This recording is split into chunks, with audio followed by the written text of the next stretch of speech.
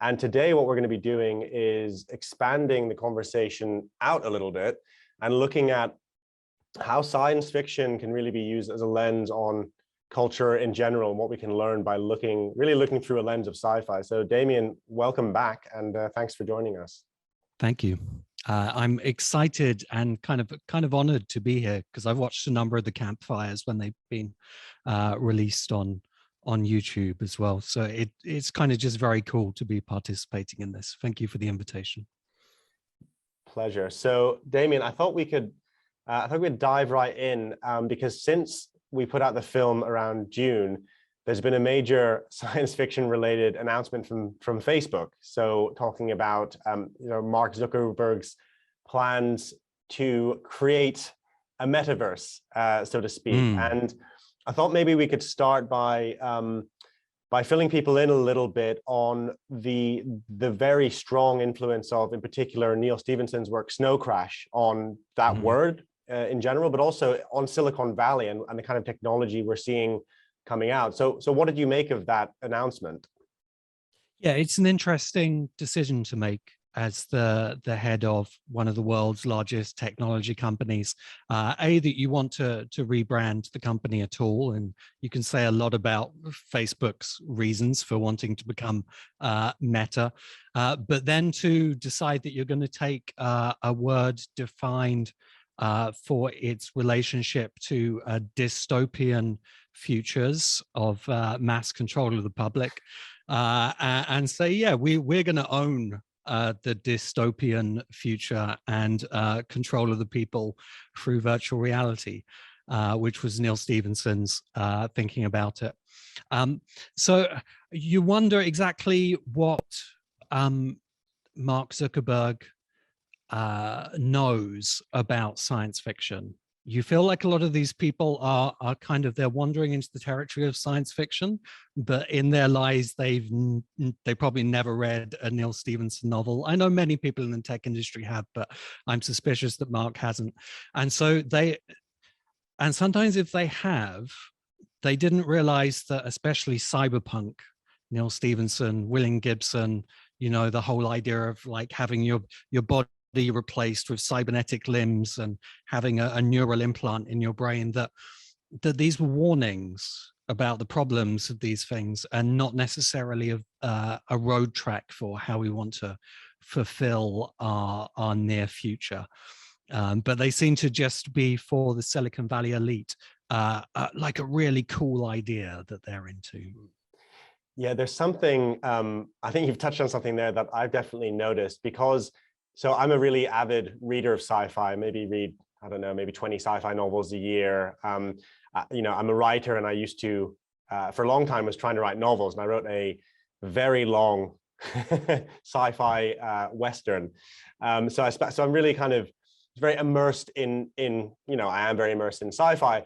And this thing you raise of dystopias being interpreted as utopias seems to be very, very common.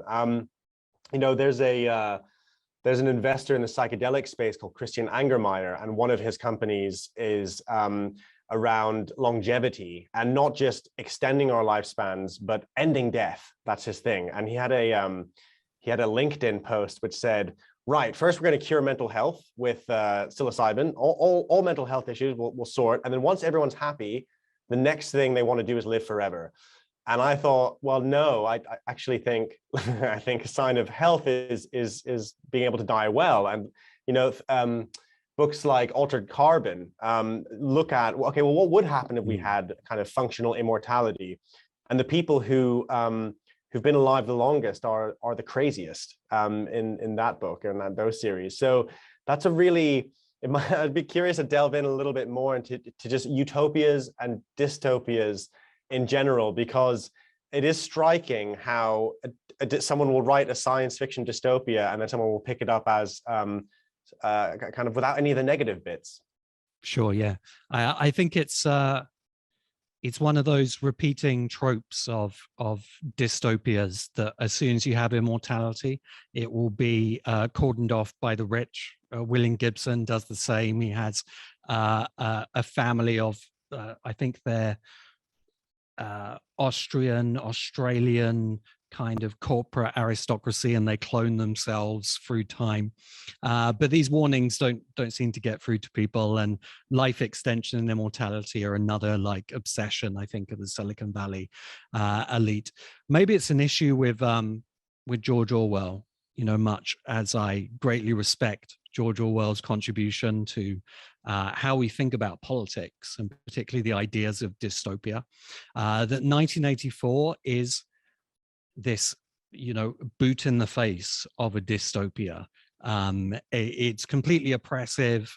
It's, you know, that this society, everyone in the society knows that it isn't working. You know, it's a bad place. Even if you buy into the newspeak, you know, there's going to be enough there to tell you that this isn't the ideal for humanity. And I think that makes many of us think, when we pick up 1984 as our model of dystopia, that, well, we're not that bad. Yeah, as far as we know, you know, we look at the world en masse, we think that it seems to be going better than Oceania. But then really, actually, the really significant dystopia of the 20th century is Aldous Huxley and Brave New World, you know, and that's written, I think it's like 10, 15 years before 1984. And Huxley's vision was inspired by visiting America.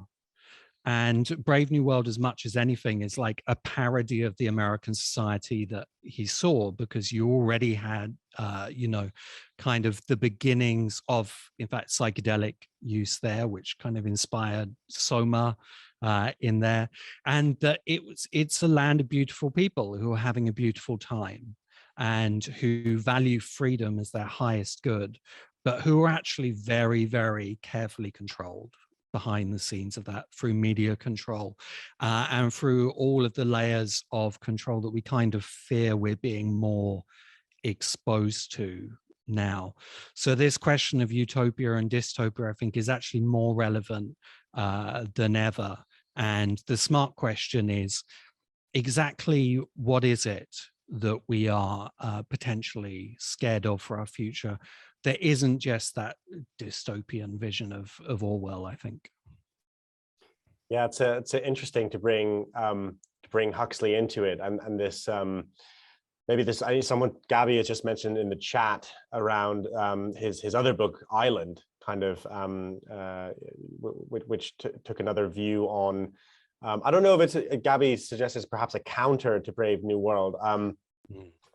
But certainly this, there is a dichotomy in science fiction, I think, with drugs in particular. So drugs can be used to expand our consciousness and connect us to different dimensions. And you know, thinking of famously taking the red pill, right? It's an ingestion. It's a moment of ingestion, that, which is a very Gnostic kind of idea, I think. So, and at the same time, we can plug ourselves into something like the Matrix and take the blue pill and just completely forget about everything. And I wonder about the metaverse in this sense of all-encompassing virtual reality that we can sort of play. As I was watching Zuckerberg's thing, and he was describing, well, you can do this, you can work in an office and there's people walking around. I was like, yeah, but you could just work in an office. You can just go and see your mates. Like, that's just, you're describing a kind of a mimicry of life.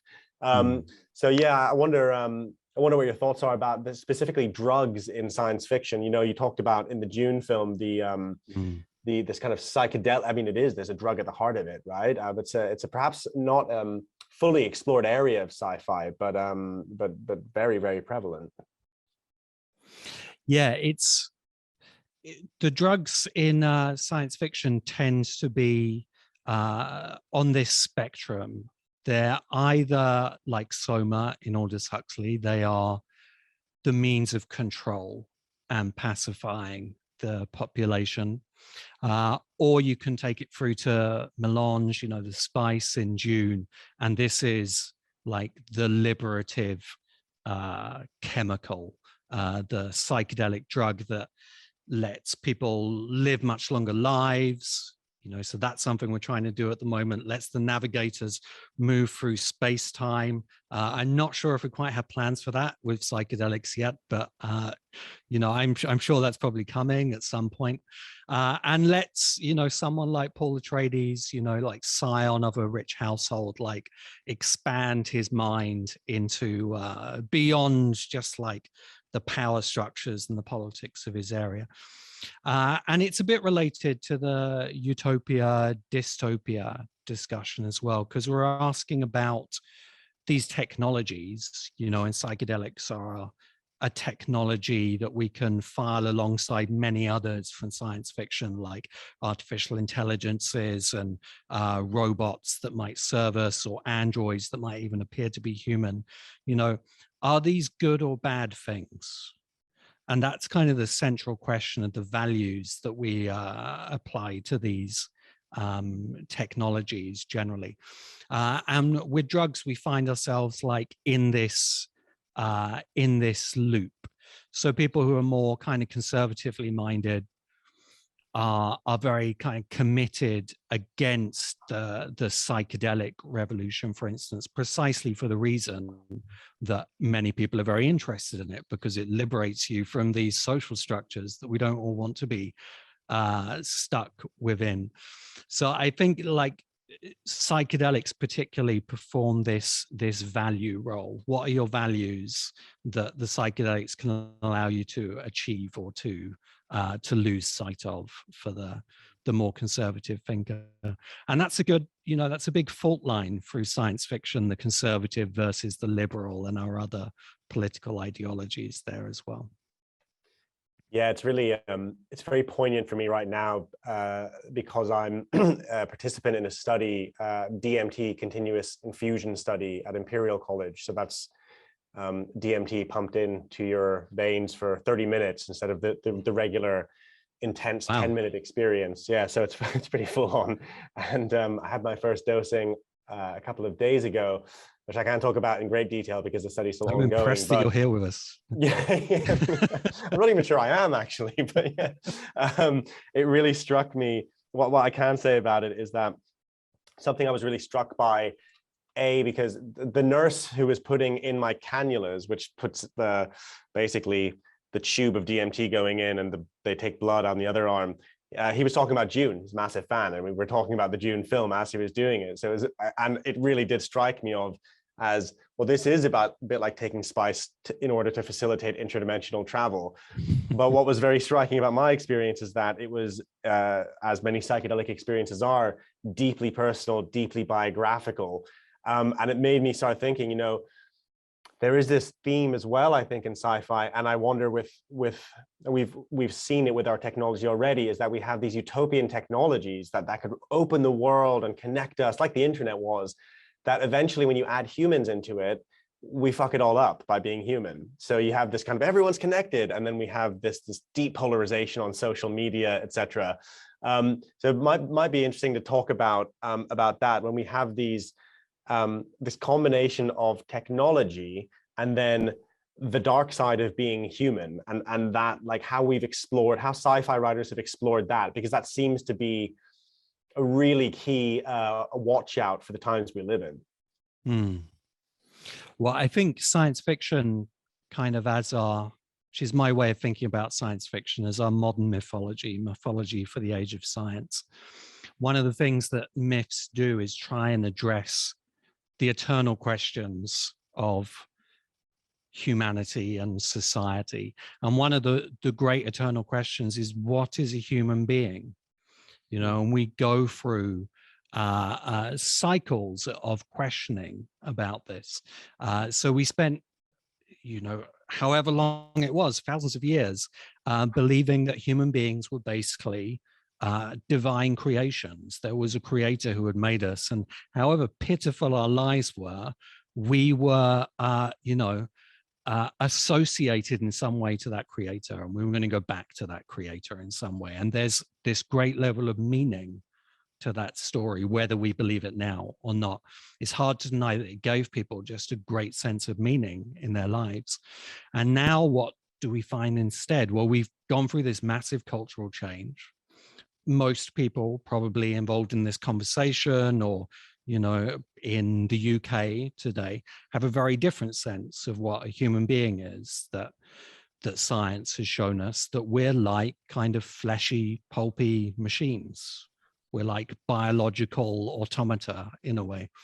And it's very difficult to understand the meaning of that. And that's something that science fiction has struggled with from the very beginning. So if you look at what's often credited as the first science fiction novel, Frankenstein, A Modern Prometheus by Mary Wollstonecraft Shelley. And like Shelley, she was this amazing young woman. She wrote this novel when she was 19, basically, and it survived like 200 years since. And we know it because it's Frankenstein, the monster, the big head and the bolts and stuff. But that wasn't really what Mary Shelley was writing about. What she was writing about was what she had learned from many kind of scientific thinkers of the day. She was involved with all the intellectuals of her time. And it was this emerging idea that like humans were like machines. So if we're machines, you could take a bunch of parts of a human and stitch them together and wake them up with electricity. And what would that mean? Because that's basically what every human is in our model now. So what are you? You're just kind of thrown into the world, and the monster in Frankenstein goes on this kind of existential journey to figure out what they are. And I think science fiction, all the way through to things like Blade Runner or then Westworld and so on, is still asking this question, basically what it is to be human. Because the answers it gives us aren't quite sufficient. We can't get enough meaning from this idea of being a kind of flesh robot. So I think now other forms of storytelling are looking for kind of new answers to that as well. Yeah, it's a really nice point. Makes me think of something that's always struck me, about the popularity of Star Wars is, I think without the Force and without the mysticism, it probably never would have been particularly successful, even the first movie in the cinemas, right? And there's so much of the most successful science fiction is deeply mystical. Dune, The Matrix, obviously Star Wars, and I find that a really interesting mix, because you described it as kind of like it's kind of the mythos of science, and it also seems that it keeps coming back to spirituality over and over again, with the exception perhaps of Star Trek. But then in Deep Space Nine, actually, it gets really mystical, and one of the captains is a kind of a prophet of a species that lives in a wormhole. But there's this kind of real mystical. Even there, you get some mysticism through. But so, why do you think that is? And why this mystical thread? And is it getting stronger, perhaps?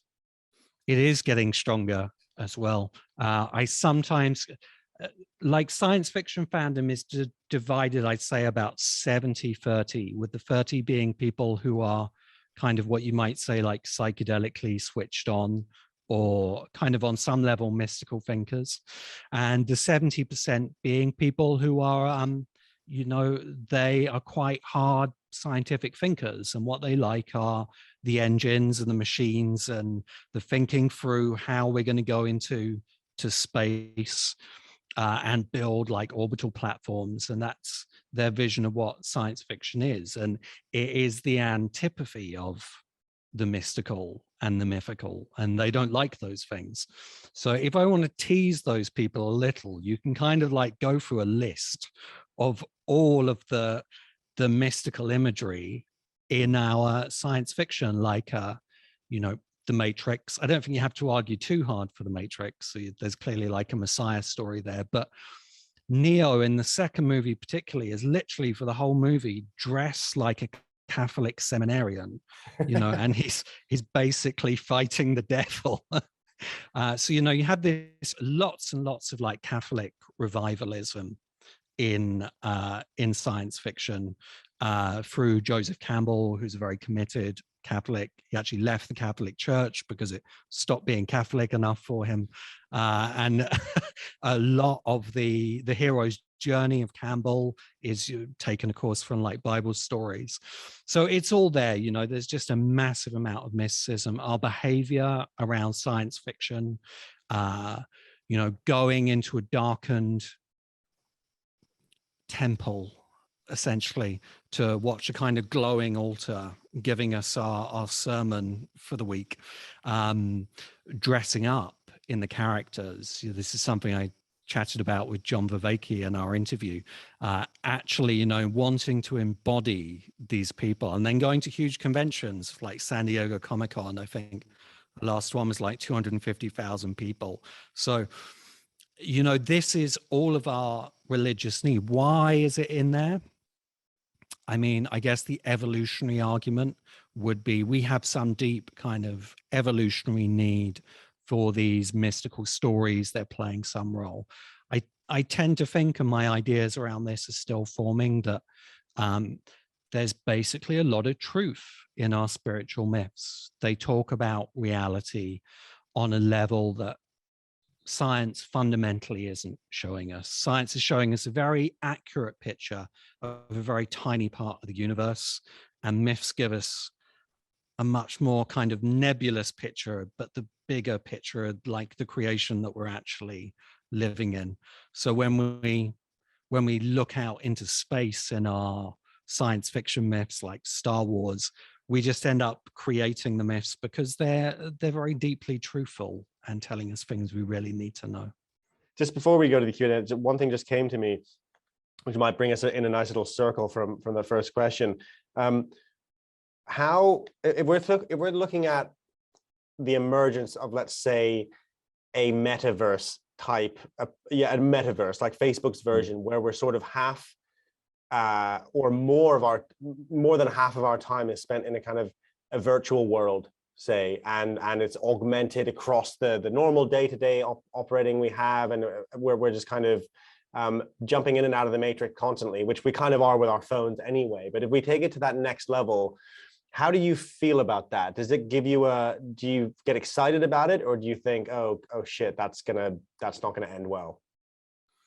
Yeah, so for a science fiction person, I'm a skeptic of many of the visions of science fiction and their manifestation into reality. The thing I'm like primarily skeptical about is artificial intelligence. That's slightly a side point from the question that you're asking. And I'm skeptical about the metaverse. William Gibson put it this way, and William Gibson he didn't coin the term cyberspace, but he popularized it. It was being used in kind of some elite design circles, and William Gibson, as he does, he kind of picked it up, put it in his cyberpunk stories, and cyberspace was born. And the metaverse is kind of cyberspace again, with a new word for it. But Gibson kind of corrected himself. I think he did this like 7 or 8 years ago now. And he said, you know, I really thought that cyberspace would be another place, but it turns out it's just the same place that we were already in.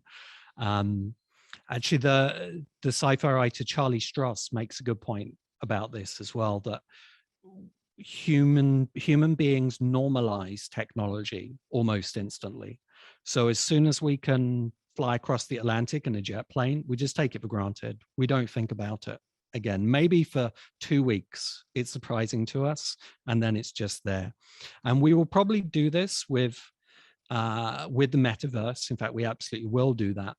And I think my question is whether we really want these alternate spaces. At the moment, I think the metaverse was really it developed out from video gaming, but video gaming seems to be something that people do at like a specific point, and it fulfills a specific purpose. Maybe kind of like adolescent bonding happens very well in the metaverse, but I actually see that most people don't want this fully immersive experience because it's kind of extraneous information. Like, I don't want to have to look at an avatar of everybody. I'd much rather just hear their voices. Actually, I think that's why Clubhouse was successful to the extent that it was.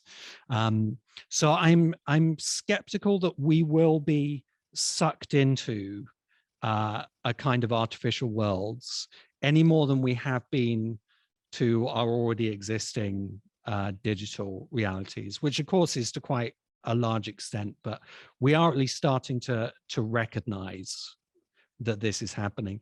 And in fact, we do it very quickly. Like, really, we started to see what social media algorithms were doing to us really just in the space of a few years, and you can already see people's behavior changing for them.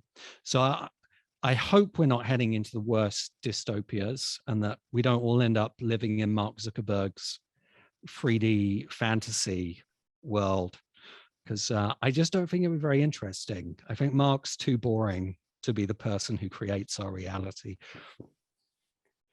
Yeah, let's hope not. I just had a flash of that Black Mirror episode where the guy traps his co-workers in that game, the famous episode. I can't quite remember it, but what a horrific thought to be in Mark Zuckerberg's little cage forever.